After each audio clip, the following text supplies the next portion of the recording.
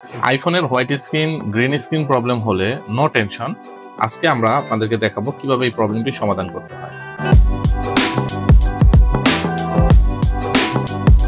সর্বপ্রথম আমরা ফোনটাকে আগে খুলে নেব।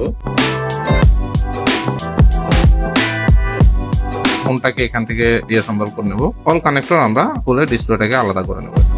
আমরা এটাকে কেটে এখানে আমরা লাইনগুলো চেক করব।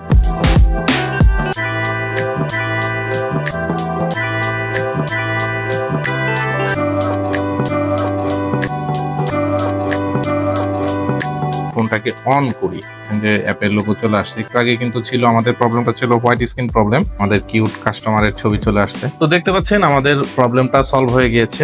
এই যে দেখেন অলরেডি আমরা এই প্রবলেমটা সলভ করে ফেলেছি।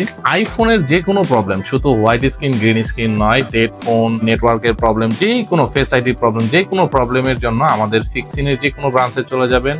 আমরা ফিক্সিন মানে মোবাইল সার্ভিসিং ব্র্যান্ডই নয়, শুধুমাত্র ফিক্সিন মানে আইফোন এক্সপার্ট।